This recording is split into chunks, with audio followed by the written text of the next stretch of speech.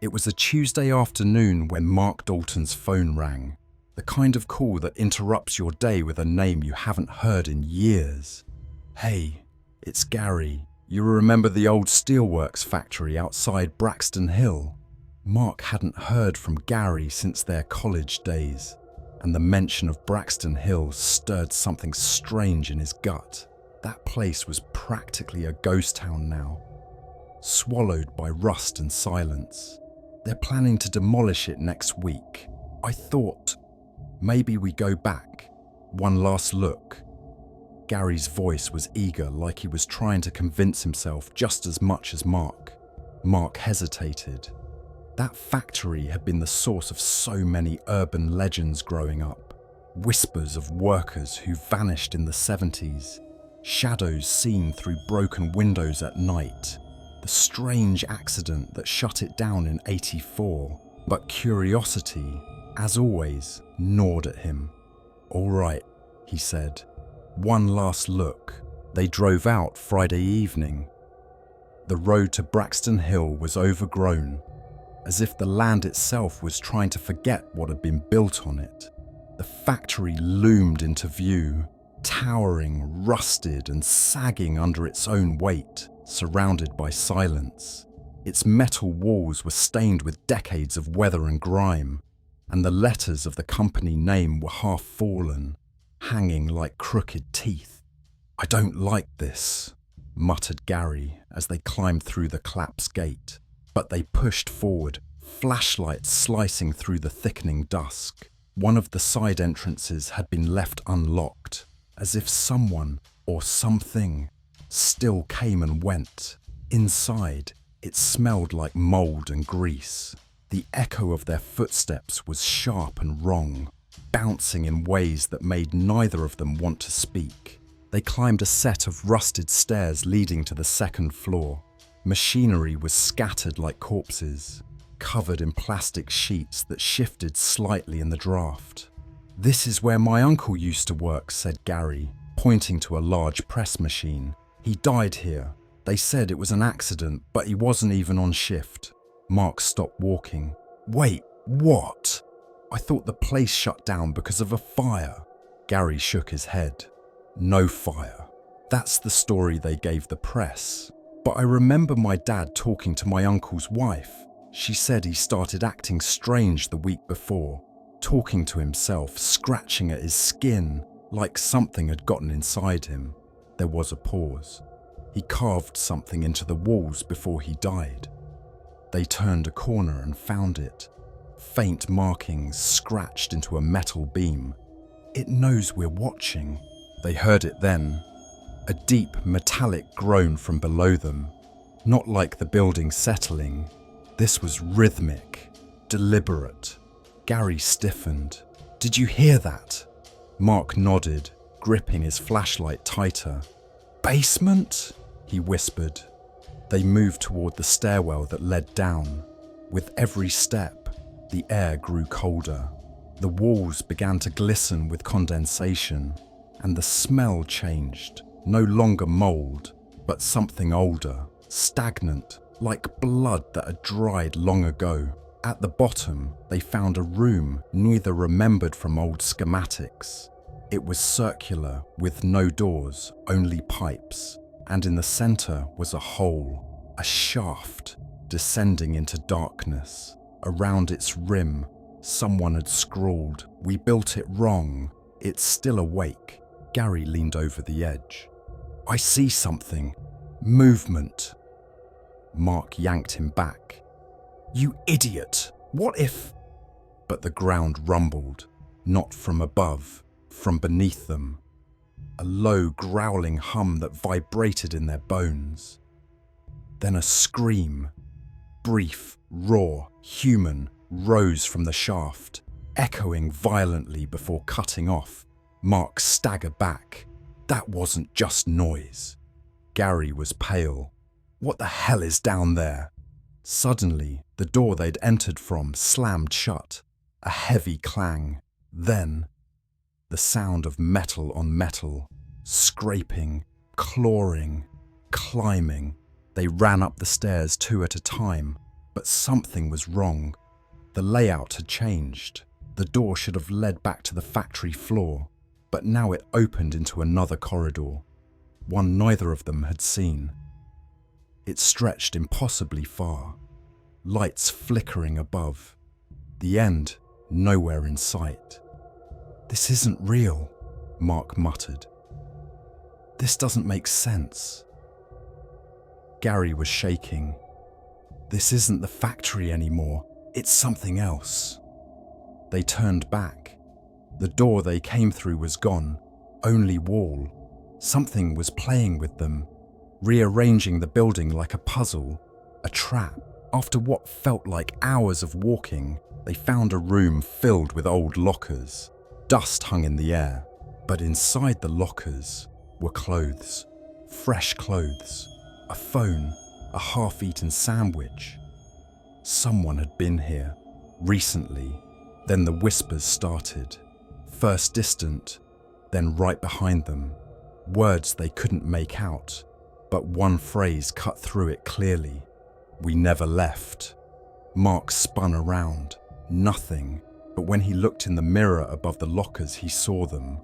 Dozens of workers, standing, watching, their faces empty, their eyes rusted over. Desperation took hold. They ran until their legs gave out. But every room fed into another corridor, another machine graveyard. The building had no end. Then, as if guided by instinct, they found it again, the shaft. Only this time, there was a ladder. Gary looked at Mark. "We go down, or we die here." They descended. The deeper they went, the warmer it became, then hot, then suffocating. And at the bottom, something waited. Not a creature, not a ghost, but the factory itself, alive in metal and shadow, breathing, watching, remembering.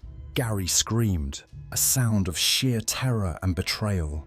Mark turned, but Gary was no longer Gary. His skin pulsed, metallic veins crawling under it. His voice a chorus of whispers. "You brought it back," Gary said, or what had been Gary. Mark turned and ran. He climbed, and somehow the shaft shrank behind him, tightened, denied pursuit. When he burst into the night air, the factory behind him had changed, smaller, crumbling, silent, as if nothing had ever happened. But he knew it had let him go, so he could spread the rust.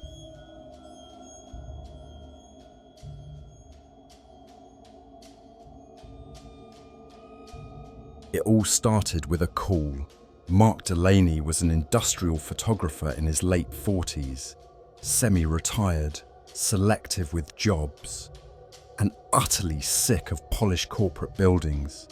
He preferred old structures, places that had a past etched into their walls. That's what made the offer so irresistible. "Ever heard of Ironvale Textile Mill?" the voice on the phone asked. Mark paused. "Vaguely. Shut down in the early 80s, right?" "Correct. The company wants some historical interior shots before they tear it down. You're the best we know at capturing decay." That same evening, Mark researched Ironvale. It sat just outside a hollow Pennsylvania town that had all but disappeared. The mill had closed suddenly after a fire, leaving behind a haunting silhouette of rust and soot. There were rumors, of course, disappearances, odd sounds at night, but nothing concrete. The pay was double his usual rate. He accepted. Mark arrived at Ironvale just before dusk. The mill loomed ahead. 5 stories of broken windows, leaning iron beams, and vines coiling through the brick like veins. His breath caught as he stepped out of his truck. There was something wrong. Not overt, not obvious, but a weight in the air. The silence wasn't peaceful. It was heavy. like the land itself had exhaled and never inhaled again. Inside, the mill was a labyrinth of collapsed staircases, rusted sewing machines, and walls stained with soot. The scent was unforgettable. Old oil, mold, something metallic. He kept his camera ready, snapping frames of cracked walls and long-abandoned workstations. In the quiet, Mark began hearing subtle things: fabric rustling, a cough from nowhere, the faint rhythm of a loom. He shook it off. "Acoustics," he muttered. "This place plays tricks." But then he found the shoe. Just one, child-sized. It was sitting perfectly upright beneath a rusted sewing table, untouched by dust. He blinked. What the hell? Mark set up a light to photograph the shoe. As the flash fired, the air around him seemed to shift slightly, colder. Goosebumps erupted along his arms. He moved deeper into the mill. On the third floor, he discovered a wall covered with scribbled names, hundreds, maybe thousands, written in charcoal, pencil, some scratched with fingernails. They were all children's names. And beside each one, a date. Mark stepped back, heart drumming in his chest. No way. His flashlight flickered, then died. He stood in darkness for a moment too long, swallowing hard, before replacing the battery. When the beam returned, it landed on something new. Another name had appeared, fresh, still moist. Liam Delaney, 04/09/2025. He stumbled backward. His son's name. Today's date. No. This is a joke, he whispered, but his voice cracked with fear. Trying to keep calm, Mark told himself he'd leave right after grabbing his last shots. He descended into the basement, which the blueprints called the machine vault. Down there, darkness wasn't just the absence of light. It felt alive. Mark's camera flash lit up long-dead generators, tangled conveyor belts, and rows of machinery now strangled in rust. But the moment the flash faded, the shadows seemed to twist, rearranged. Then came the sound. A loom, working, rhythmically, as if someone, something, was operating it just behind the nearest column. Mark crept toward it, each step echoing. The air grew humid and heavy, like a storm pressing against him. He peered around the beam, and there was nothing until the loom creaked again, this time beside him. He turned. There it was. The machine, moving by itself. The spindle spun fast, threading nothing. Yet there were footprints. Bare, small, soaked in ash, walking in a circle around him. "Who's here with me?" he called out. A child's voice whispered back from behind his ear. "You were late." Mark ran. He didn't think.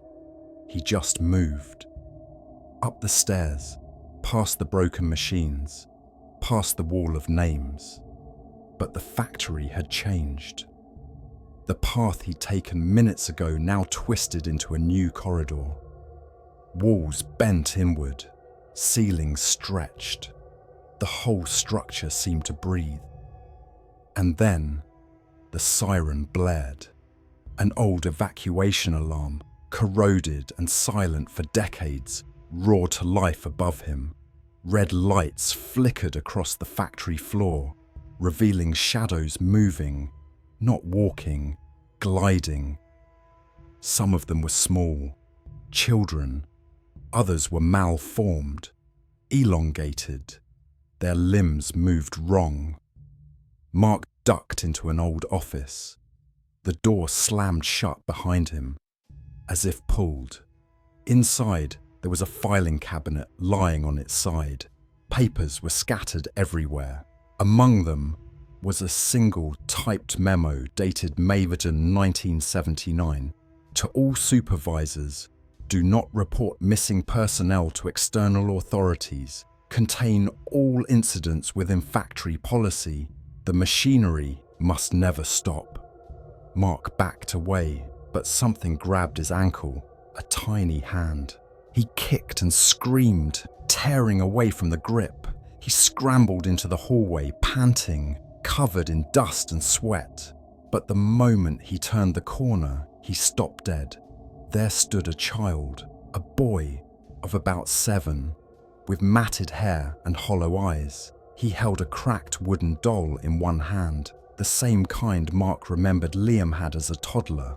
"You said you'd come sooner," the boy whispered. Mark shook. "I don't know you."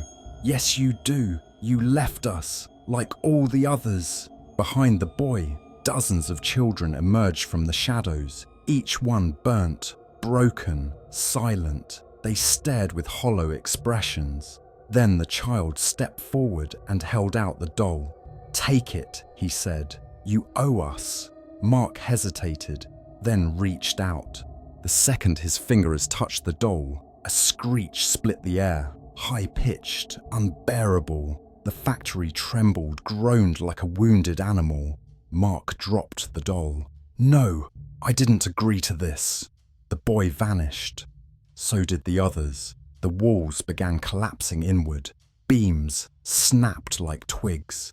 Dust blinded him. He ran. He didn't care where, until he saw the faint outline of the open exit door. He sprinted toward the light, heart in his throat, breath ragged. He made it.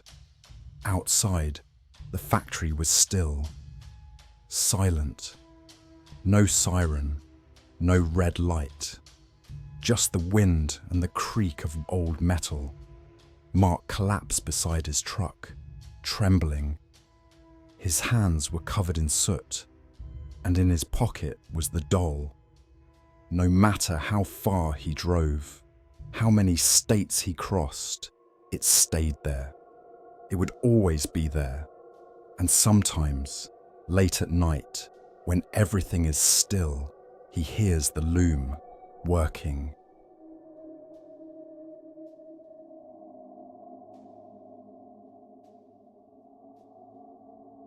I never believed in ghost stories, not until I became one of them. My name is Marcus Fielder, a mechanical engineer who used to think logic could explain anything. For over 2 decades, I worked in diagnostics and structural analysis. Nothing ever rattled me until that day, until Iron Veil. People say trauma etches itself into your brain like acid on steel. I used to scoff at that. Now, I avoid mirrors because I'm afraid I'll see more than just my reflection staring back.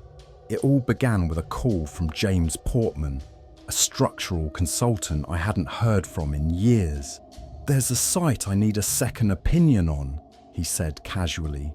"Old textile mill, Iron Veil. Ever heard of it?" The name punched something loose in my memory. Stories, rumours, fire, disappearances. "I think it was condemned," I muttered. "Yeah," he replied. "That's why it's perfect." I should have hung up right then. But curiosity is a cruel master. We met just past dawn on a cold October morning. The fog was dense enough to muffle the world, and Iron Veil stood like a corpse in the mist, its rusting steel frame clawing at the grey sky. The gates were still padlocked, so James led me around the back, where the chain-link fence had collapsed under years of weather and neglect.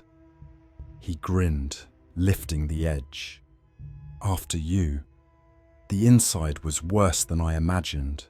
Decay oozed from every surface. Mice skittered through broken glass, and graffiti stretched across walls like the last whispers of teenagers who dared to sneak in. I saw names, crude drawings, and one word that stood out: etched deeply into a concrete column. Det. My boots crunched over old needles, bolts and scraps of metal. The deeper we went, the colder it got. Not like temperature, but like presence. Like something had been waiting and it had finally noticed us. The elevator shaft was still there, half covered by debris. Its door was marked "Authorized personnel only," though the paint had bubbled from fire damage. "This was the old cargo lift," James muttered. "Goes straight to the sub-levels, where the fire started. We shouldn't have pried it open, but we did. It groaned like a dying animal. There's no way it works," I said. "Who said anything about working?" James replied. He pointed to the narrow ladder inside the shaft. "We climb." It took us nearly 10 minutes to descend. The smell got worse with each rung. Rot, chemicals, and something metallic. At the bottom, we stepped into pitch blackness. Our flashlights sliced through the dark, revealing scorched walls, collapsed beams, and machinery coated in grime. But there was something else. Faint drag marks in the dust, fresh ones. James stopped. "Did you hear that?" he whispered. A soft clink of metal, like a chain brushing against concrete. We weren't alone. The corridor we entered next felt like it had been swallowed by the earth. Walls were cracked, but smeared with something that didn't look like soot. I ran a gloved hand along it and held it up to my light. It was dark red, dried. James didn't speak. He just pointed to the far wall where something had been etched into the scorched plaster. We never clocked out. My stomach twisted. Then we saw them. Faces, real faces, melted into the walls. Their mouths were wide open, eternally screaming. Eyes fused shut, hands reaching out from the cement. I froze. My chest constricted as if something was pressing against me. They can't be real," I muttered. But they were. Each one had a name tag fused to the flesh. One of them read, "Mr. Rothwell, Night Shift." James started shaking, his eyes darting around. "We have to go," he said, his voice trembling. "Now." We ran without speaking, just the sound of our boots and the blood in our ears. But we didn't go up. We went deeper, into what must have been the production floor. Machines the size of small trucks lay dead in the dark. Their frames were twisted like they had screamed in their final moments. Then the air shifted, an oily, hot breath against our skin. I turned slowly. Between two looms stood something I still can't explain. It was human-shaped, but elongated, mechanical limbs interwoven with sinew. Its head turned in segments, clicking like a gear mechanism. But its face was a shifting canvas of the melted workers. I saw the same screaming mouths, blinking eyes, and open burns, and they moved, like they were trying to get out from under its skin. James dropped his flashlight. It clattered to the floor, and for a moment everything went black. When the beam flickered back, the thing was gone. But we heard it, scraping, dragging chains. It was stalking us. We found an old maintenance door, jammed halfway open. Beyond it lay tunnels not on any blueprint, brick-lined and reeking of mildew and old blood. Our footsteps were muted, no echo. It felt like the walls absorbed sound and breath. James started muttering nonsense, names, dates, fragments of prayers. I tried to stay focused, but I began to hear it too.